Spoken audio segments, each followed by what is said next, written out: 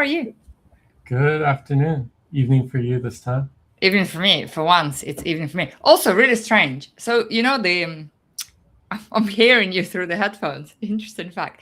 But the music played through the speakers. Why is that? Through your speakers, the music and not Yeah, your voice. right. But you're speaking through the headphones. Anyway, here's the conundrum for today. Amazing. Maybe I'm just losing my mind because it's quite late. Yeah, Anything's you possible. imagine the music through the speakers. Yeah, how fun is that? You worked too long today for sure. Yeah. So maybe everybody just wants to hear the music and dance. Anyway, hello. Yeah, welcome everyone to episode 5 of season 11 of Disasters Deconstructed. This episode will bring us to the last part of the first segment of our season. And we do have another special event coming up tomorrow early, so we don't even have 24 hours between our episodes this time. I know that's how hard we're working, right? Yeah. So we're live streaming again tomorrow. It's a special event that we'll talk about later on today. But season 11, we've really enjoyed so far. The season overall, as you all probably know, talks about politics of disaster, and we've just had some great times with our guests in the last couple months, and learned a lot and been blocked by Meta, and like had a little ban from Meta because we have solidarity with Palestinians, I think. Anyhow, we are really excited to come back with episode 5 today. Yeah, this is fun, the kind of the new beginnings of Disasters Deconstructed, but maybe being blocked by Meta is our biggest achievement today. Anyway, so today we're delighted to host Professor Steve Matthewman. First time Steve is appearing with us on Disasters Deconstructed. And Steve is professor of sociology at the University of Auckland. His research really focuses on sociology of disasters. And we have spoken to various sociologists of disasters before, so it's really nice to continue that conversation. We always enjoy our conversations with them, I think. And Steve's current work focuses in particular on the former residential red zone in Christchurch in New Zealand, looking at what happens after a managed retreat. So it's wonderful to have Steve with us. Welcome. Kia ora koutou. Thank you for having me on. It's a pleasure to be here. It's really wonderful. We were just talking before the episode, of course, and for our listeners, we haven't really spoken about New Zealand before, so it'll be really nice to learn a bit more from you today. Also, as I was introducing you, look at that. Oh, nice. Yeah. As if prepared, courtesy of JC Gaia. I like that you're on brand. That's perfect. I know, right? I should really be using my own university branding, so please don't tell anyone that I'm promoting University of Auckland here. So anyway, welcome, Stu. It's great to have you.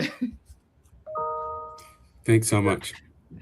Thanks so much, Steve, for being with us. I'm never sure when to click the add to stream, and whether you should click. I think I do.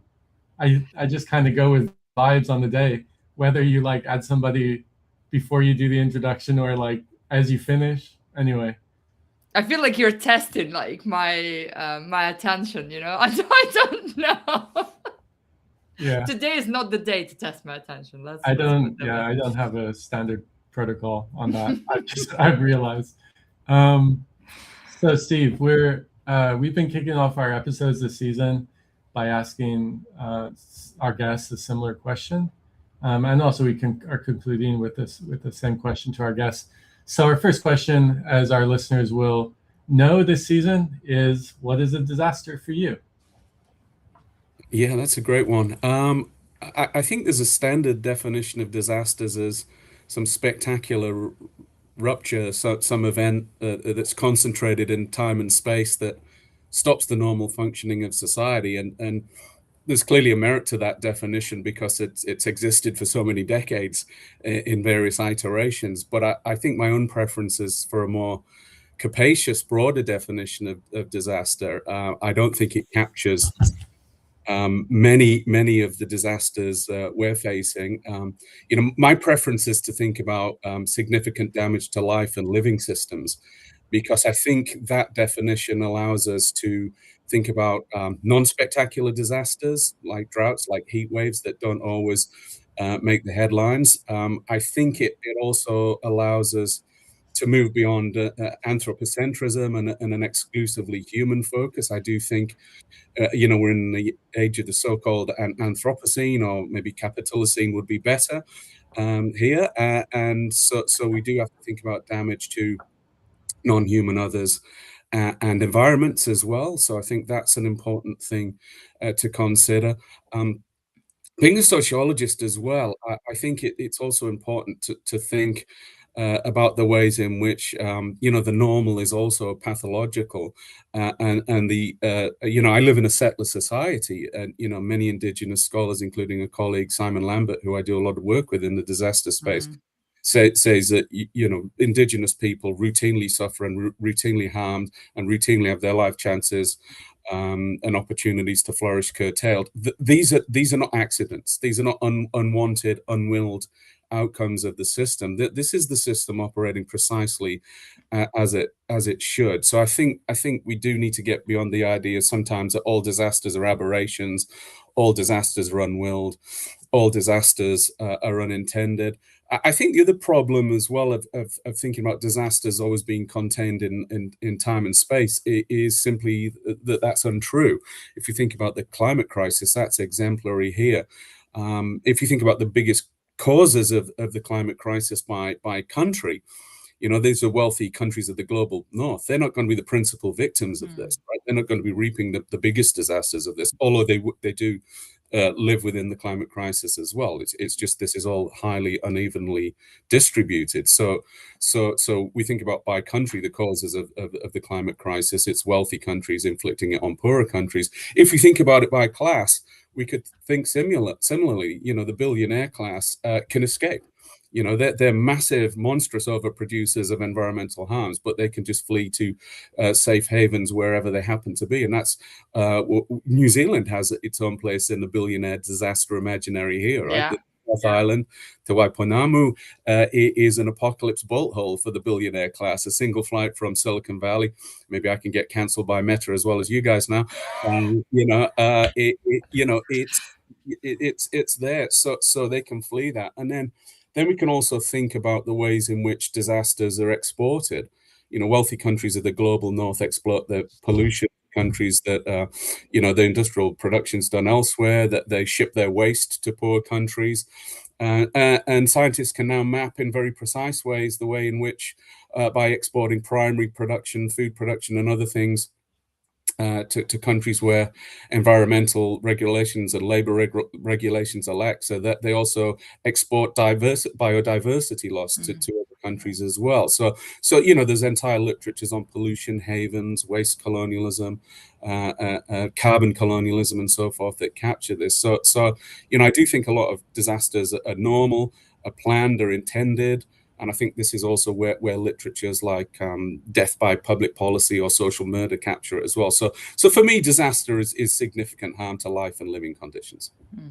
Thank you, Steve. That is great. And, particularly kind of mentioned this havens, right, where billionaires, like tech billionaires in particular, would be kind of escaping.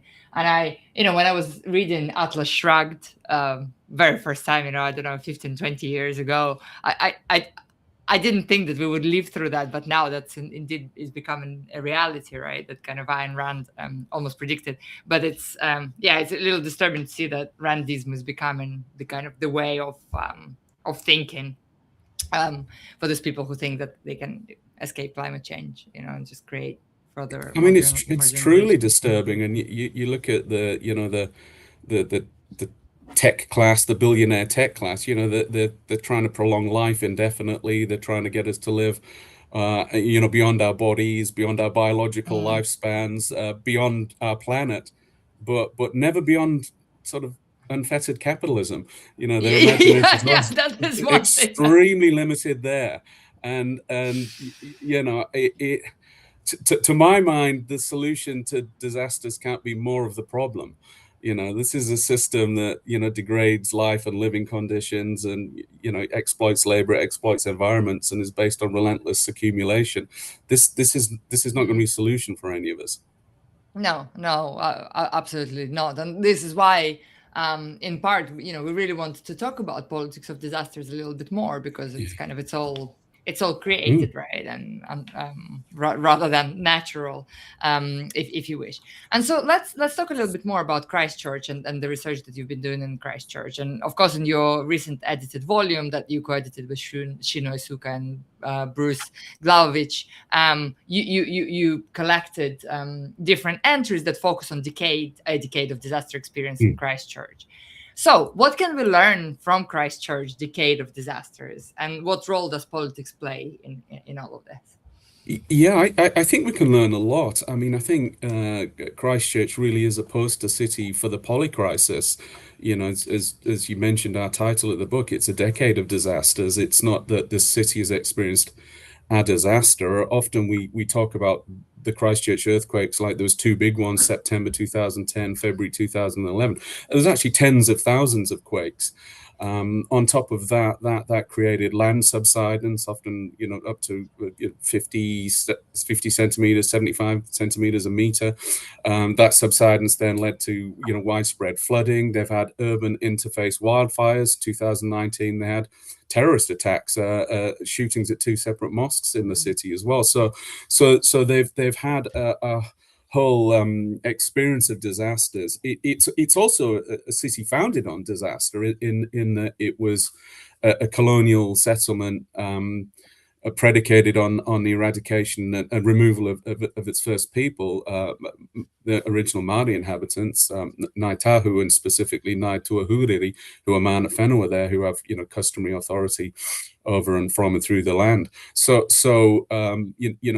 they were displaced, and their lifeways were displaced, and the deltaic ecosystem on which they thrived was destroyed.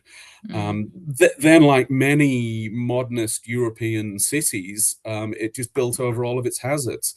And of course, in the climate crisis, we will be seeing more and more of those hazards manifest. So it's a city built on a drained swamp, at sea level, on a floodplain, next to a capricious river, over, as we know, tectonic faults.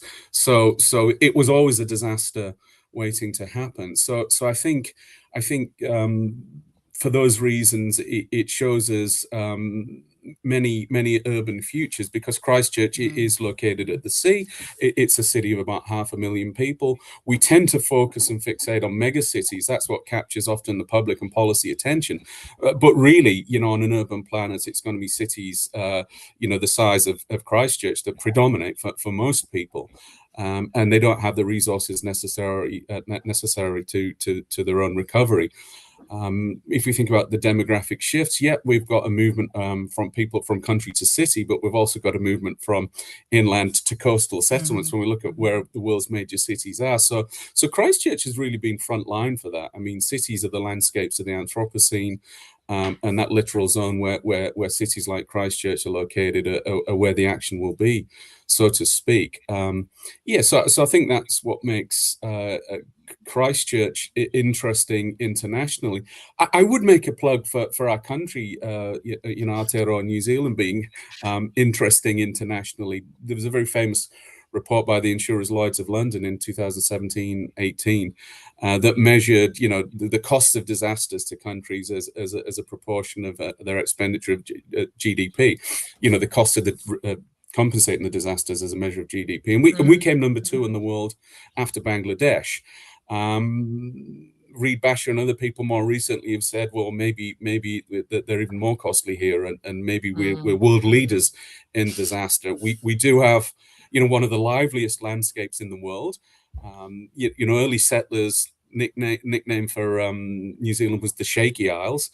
And those early settlers terraformed the country at a scale and pace probably unseen anywhere else on the planet. So when Alfred Crosby wrote his book Ecological Imperialism, he devoted an entire chapter to New Zealand because he felt that this was the ultimate neo-colony. So if you think about the ways in which Europeans reworked their landscape, that, broadly speaking, to make it more culture than nature, took them about 2,000 years. There was a more rapid reworking of environments in the Americas, let's say at 500 years. We probably did it in a century here. And of course, draining wetlands, destroying native ecosystems also exacerbates our hazards. And then if I put my sociologist hat on, if you think about some of the great drivers of risk, it's concentrations of population, it's concentrations of economic wealth, and it's concentrations of political power. Now, in this country, we believe it or not, one of the most urbanized countries in the world. A third to a quarter of us live in the city where I live, in Auckland, Tamaki, Makaurau. If we put Wellington, Dunedin, Hamilton, Christchurch in the mix, there's not many people anywhere else. So we're a heavily urbanized, concentrated population. We also didn't do a great job of where we built. The major swathes of my city are built in floodplains. Same goes for Christchurch, same goes for Dunedin, same goes for Wellington. So we've got those concentrations of population. We're a neoliberal country. We started a little bit later than Thatcher and Reagan, but when we did start, we went for it hard, deep, and quick. To the extent that a lot of scholars like Wendy Lerner and John Gray would say we're the ultimate neoliberal country, and so we've never really broken free of those coordinates yet. So we've seen probably some of the biggest wealth disparities in the OECD. So we're a highly unequal country, and this is in a country that, prior to the mid 80s, the OECD would have classed as a socialist country because of the pretty egalitarian distribution of income. So we've got a government that's just overturned pay equity, and doesn't think women deserve pay equity. So that's kind of the world we're in there. And then the concentration of political power, we're a radically centralized state. That probably goes back to colonial days, in the sense that we're a state imposed on Māori nations. And to this day, that the central state still monopolizes public expenditure to an extent that makes it an outlier in OECD terms. So that also makes it really difficult for any local authority in this country to truly lead its own recovery. I love that. This is like the best anti-advert for New Zealand ever. Yeah. And we're not that clean and green either, or we're the wrong color green. Just add fertilizers. Yeah, I mean, truly, we've probably got more poisoned waterways or degraded waterways than you have in the United States, and that's a consequence of intensive agriculture. So Mike Joy, who's a very famous, our country's most famous ecologist, I would say New Zealand, we're the world's leading importer of unsustainable fertilizer in order to be the world's leading exporter of unsustainable milk powder. You think about how many thousands of liters go into making of water, going to making a liter of milk powder or dried milk powder. Why we could just export the water, be cheaper and quicker and possibly more effective. Yeah, that's really wild, but it's kind of that tells us everything really for the foundation of disaster, right? This is exactly the kind of the types of process that we're unpacking. So let's talk kind of academic a little bit, right? And then we'll come back to New Zealand and your research. So in the edited volume that you've done with Sheen and Bruce that I've mentioned earlier, you mentioned that you're taking a critical disaster study approach. So to you, what does critical disaster study allow us to do that sort of normative disaster studies don't, if you wish? Because that distinction is really quite tentative, right? I suppose. I think it can be. I don't think it is in my mind, because I think if you've got a normative disaster studies, you fundamentally accept the world as it is. And what you're simply trying to do is reform it a little bit or improve it a little bit. I think a critical disaster studies refuses those coordinates. It wants to break through from from the orbit of what Mark Fisher would call capitalist realism, and the idea that there is no alternative. Now I do understand when you're talking about normative studies of disaster, often in my world, in saying the sociology of disasters, it's not necessarily that work is bad, but often it's quite granular, case study based. It's not tackling the big questions of political economy, of systematic racism, of structural violence, and often there's very good reasons for that. This is often a consequence of funding regimes, and if someone's paying you money, and education, the Ministry of Education is paying you money to think about how you prepare schools for tornadoes, they're probably not expecting a pithy critique of capitalism or the suggestion for a new mode of life, right?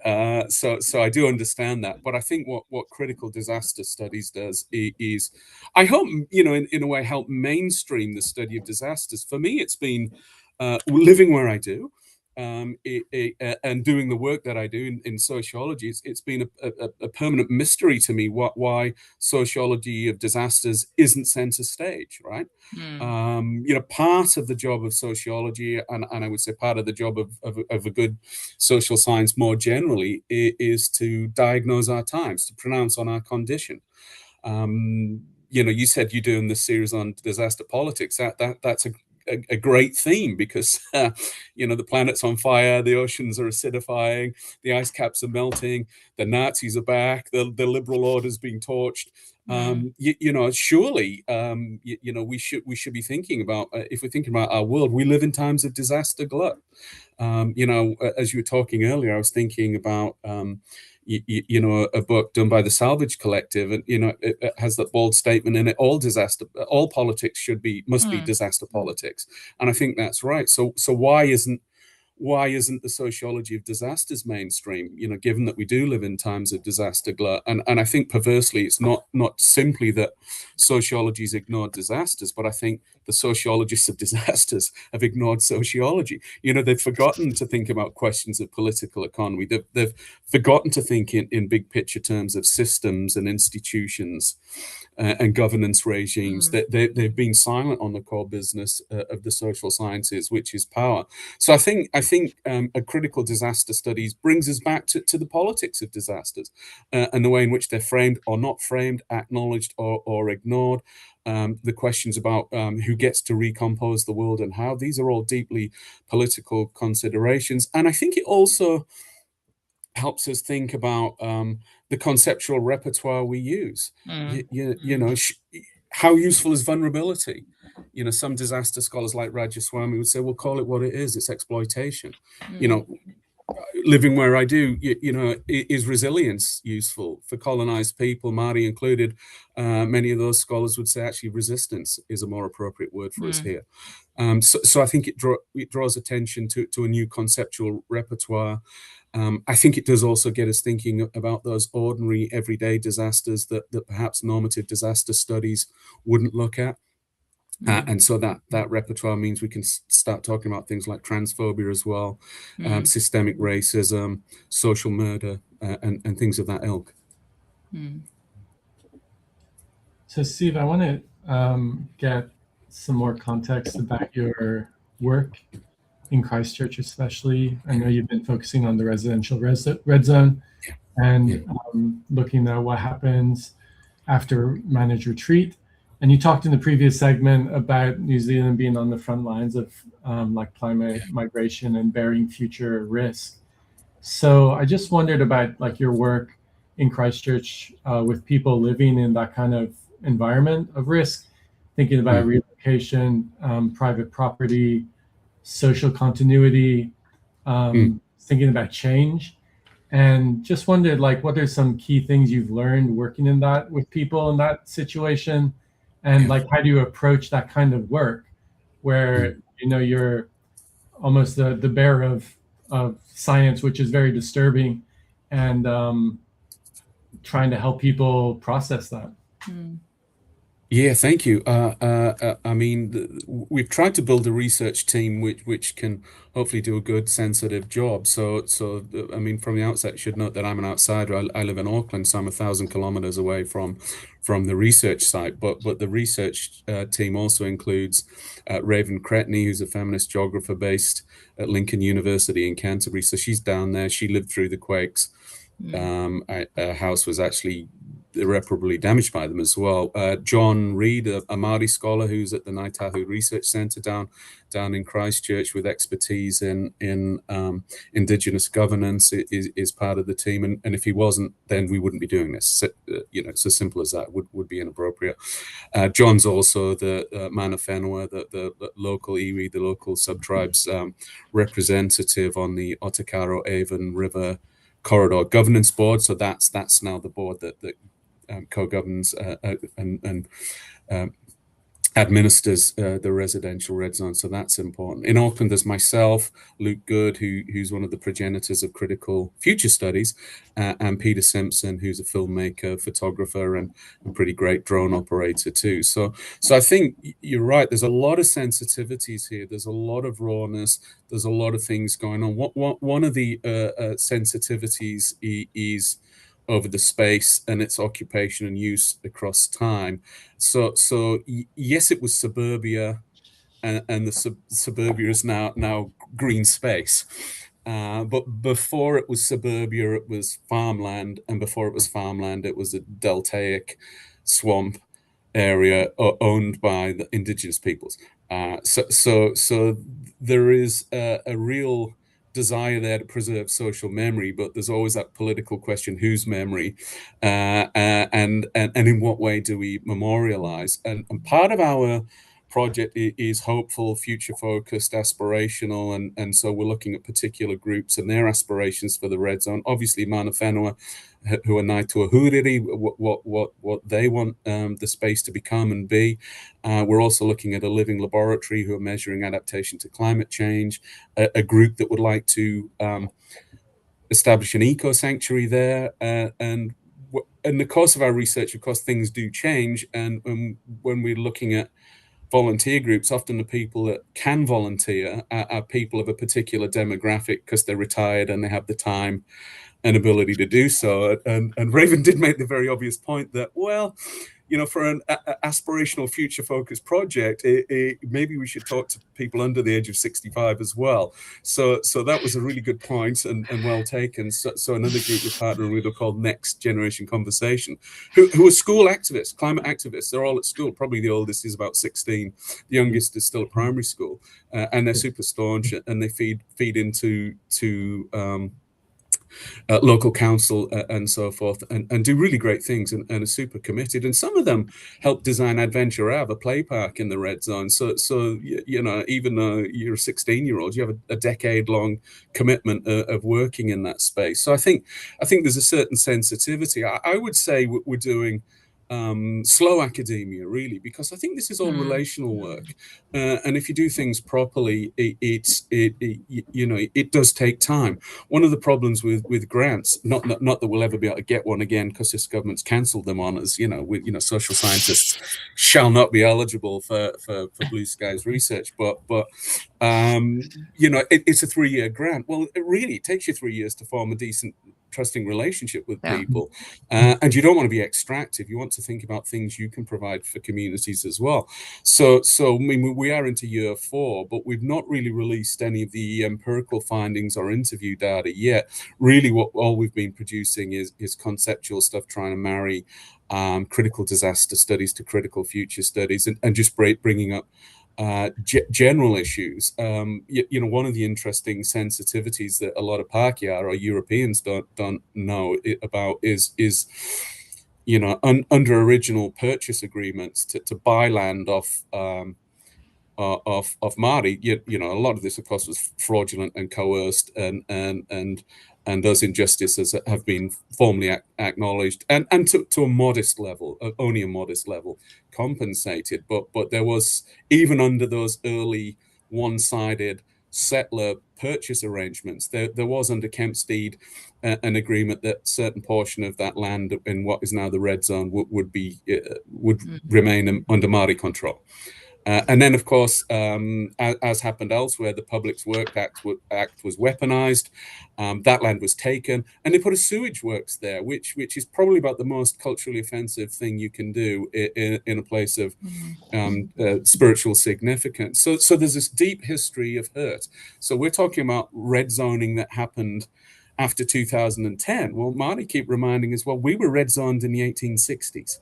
All right. And so even now you've got well-meaning Pākehā people doing good projects or wanting to in the red zone. And they've got everything worked out before they even come to see Mana Whenua, before they ever come to see local Māori authorities, and are really just looking for a rubber stamp. And that's not how you do consultation. And so I think there's this lack of awareness of historical things there. So that's feeding into it. I mean, there's practical issues as well. I mean, lots of people didn't want to go. Lots of people did.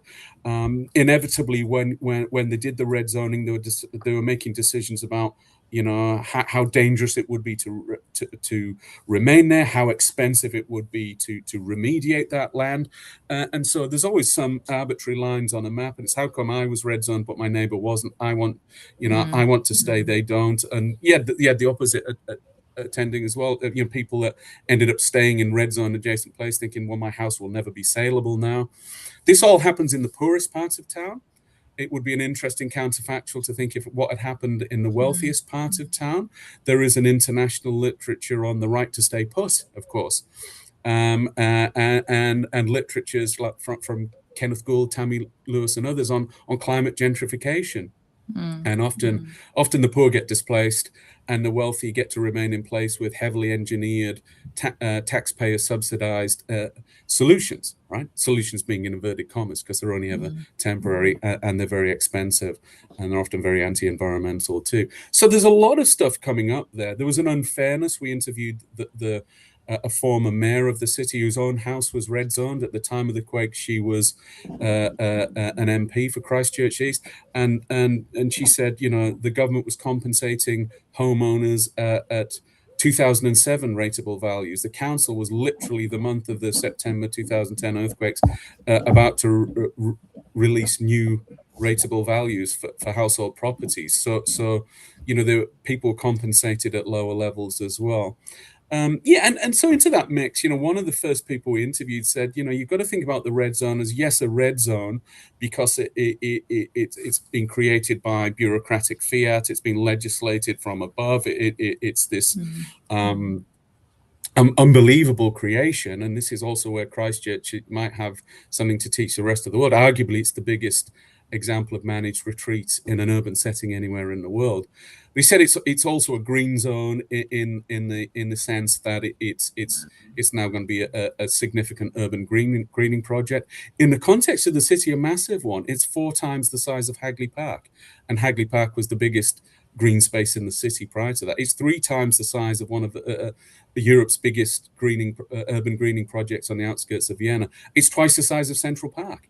Now, if you think about how significant Central Park is to New York, you think about how tiny Christchurch is, and something twice that size. So it is this massive, massive space. So I think what we're trying to do is 2 things, really. One is map the effective dimensions of managed retreat, if you like.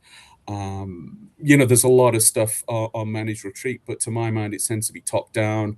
It tends to be technocratic. It's concerned with questions of governance and finance. You know, how will we do it?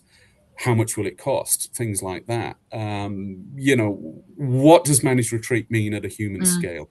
And I think that's what we're trying to get to grips with this project, because it's not a future thing. For residents of Christchurch, it's happened. The future's already arrived there. So I think that's one element of what our research is trying to do. And I think the other one is how do you do urban greening in a settler society?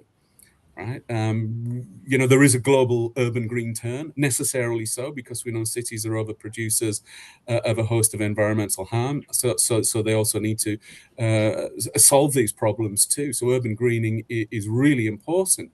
But in a settler society, a lot of the things that Western social science scholars might talk about as being good, like placemaking, like commoning, like public space, don't necessarily make a lot of sense from an indigenous perspective. I mean, we talk about hazards, right? But from an indigenous perspective, you might talk about ancestors. Now, thinking about these things as ancestors is a very different framing. It's a completely different relation, and it demands a very different response. Public space is really only a concept that arises in recent history. I remember reading Cal Polanyi's book, The Great Transformation, and he says, when we suddenly when we decided to parcel up land and commodify it and make it a saleable and transferable entity, that was probably the weirdest thing our ancestors ever did. And that's still weird, right, to many indigenous cultures around the world. And I think, that enclosure is probably the source of a lot of the world's problems too. So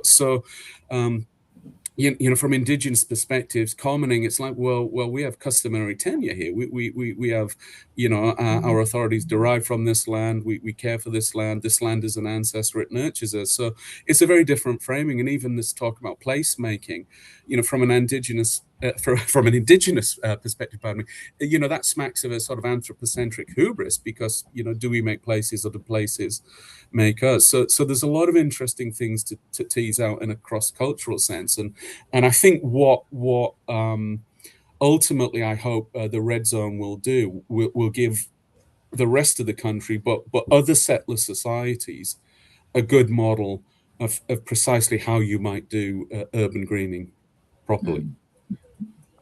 This is really interesting. I mean, I'm kind of, when we see New Zealand, I think in the disaster context, like in the media, for instance, everything appears to be so perfect. So that kind of, the projection of the country into the world is really quite interesting, as opposed to when you start really learning as to what is happening, right, in that same context of disaster. And it's really quite fascinating how New Zealand managed to create that quite an exciting image of being basically like a well, it's important to us. We have to con you, because tourism's important, educational tourism included. Look, it's a beautiful country, and I hope you will both come. So it is definitely worth a visit. But I think there is brand New Zealand, the clean, green, 100% pure New Zealand that we project to the world to entice you to come, live, play, study. And there's a reality that people live on the ground. It's a very expensive country. It's an unequal country. It's a disaster-prone country. And the climate crisis, of course, is supercharging this. We weren't used to summer cyclones. In 2023, we had 2 within the space of a couple of weeks. This last summer in Northland, they're saying we might have to start thinking about a summer cyclone season. We seem to be getting 1 in 100-year floods in Wellington every year. The list goes on, right? So we definitely have our issues, and they will intensify. And the current government's response to this is they cancelled the disaster mitigation fund. They're not doing a great job of acknowledging this, or how you think about managed retreat, because I'm not sure what's happened in the Red Zone would provide a viable model for us going forward, because it was a very protracted, expensive process. I mean, one of the mistakes I made as an outsider was interviewing community activists, people who'd had to leave and didn't want to, and I used the phrase managed retreat, and there was 2 issues with that. One is, at the time, no one called it managed retreat. That's a retrospective term that's been applied. It was red zoning. You had to leave because it was hazardous. And managed. How managed was it? One of the first people I interviewed was a very important community activist down there. She said, was it managed or was it mismanaged? And she said it in a way that I had to clearly understand it was the latter. One of the first academics we talked to said, he talked about forced retreat, right? And there was a real bullying, if you like, an infrastructural bullying of people there, We've talked to very centrally located people in rebuild agencies, government ministries, very high up, people saying, well, it was the presenting reasons why we did the red zoning and the actual red reasons, right? In other words, some of the reasons people were told why they had to go weren't the real reasons. The earthquake ministers at the time told people, your power will be cut off. We're not going to deliver water to you. So you'll have no electricity. You'll have no clean running water. You won't have sewage. There'll be no mail delivery. The roads are all broken up. We're not going to do anything for you. Your house will be uninsurable. You can't sell it.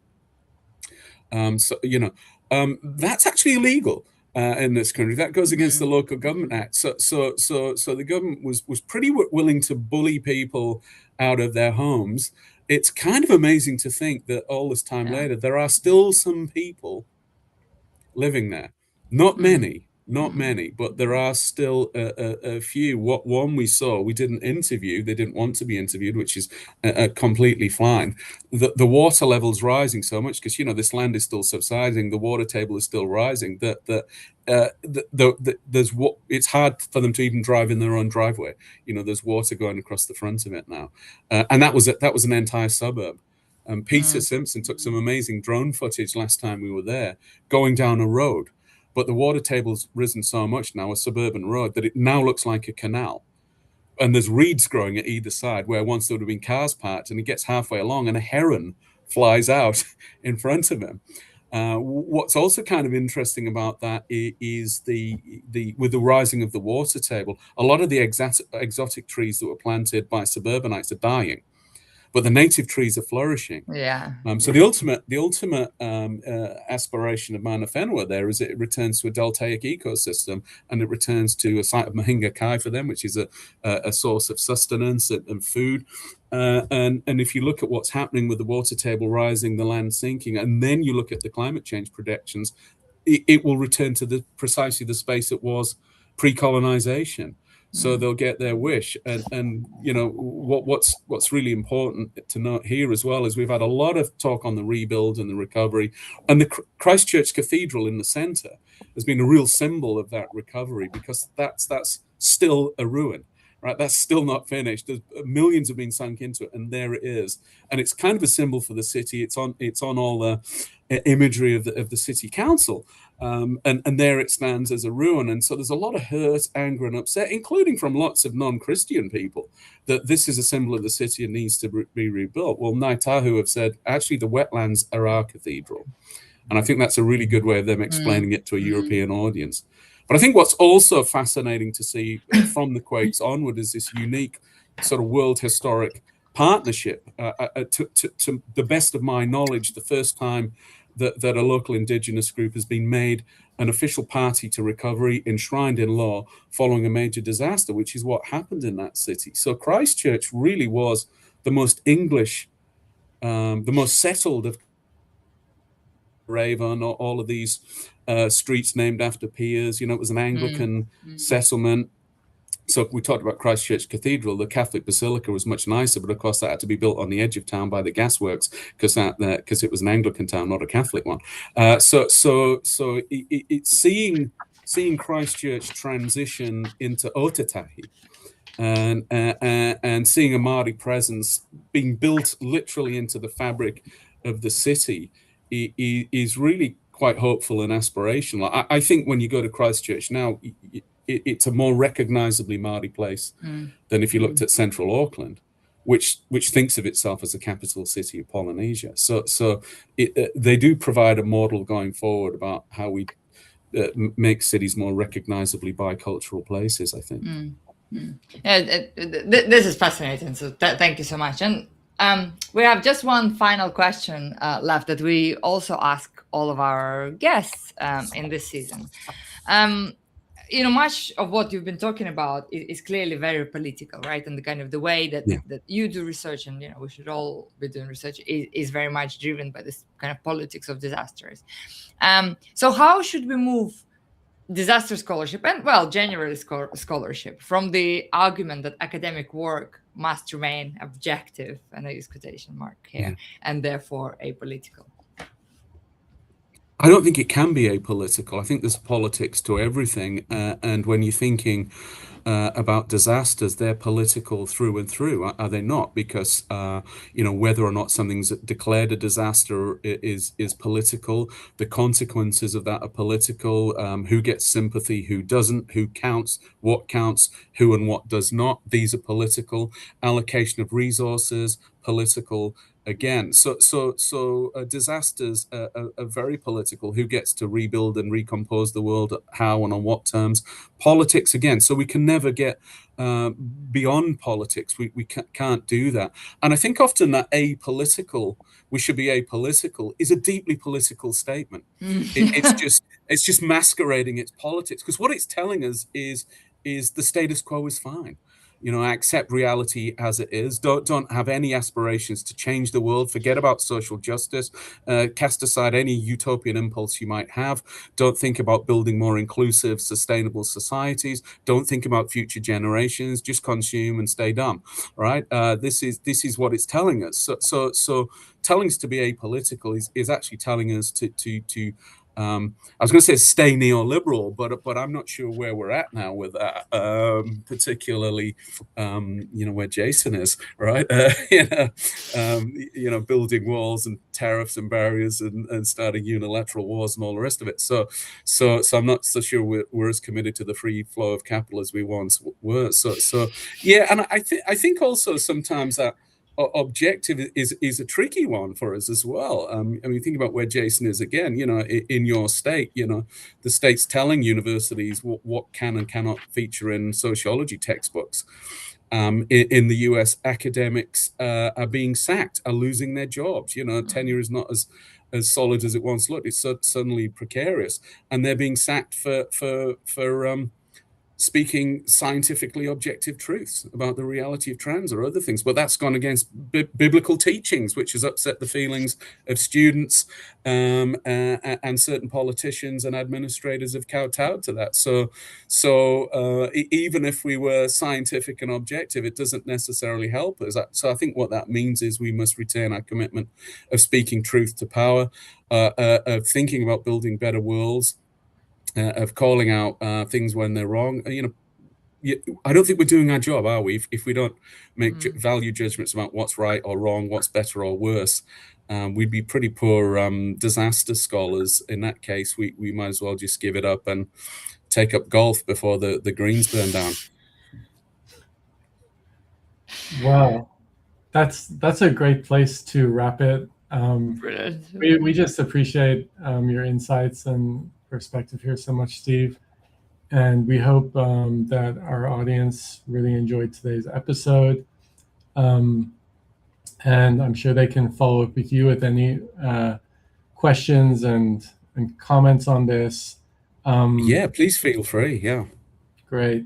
So I found it really interesting. I visited Christchurch a few times with my students when I was in Australia, and visited the so-called red zone. And really interesting, like Senya said, especially the perspective that we kind of received from whoever we were in contact with was a partial picture, and but where there's a lot of things we can learn from New Zealand, there's a lot of things that kind of remain under the surface that you don't necessarily reveal to everybody. So it's really interesting. So tomorrow we're hosting a special live stream that is a collaboration with the Journal of Disaster Studies. We're returning to the Disaster Studies Manifesto, which I know a lot of our listeners hold dear and use in practical ways in their work. Please join us at 11 a.m. UK time. I will attempt to be awake. Senya, you'll need to hold down the fort. But after that, we hope to see you all tomorrow. After that, we're going to take a break for the rest of the summer. We'll be back on the 21st of September with the second part of our season 11. Lots more amazing guests. So just thank you so much, Steve, for being with us today. Thanks to everyone listening. Thank you for having me. Yeah, and that's a wrap. Appreciate See you it. soon. See ya.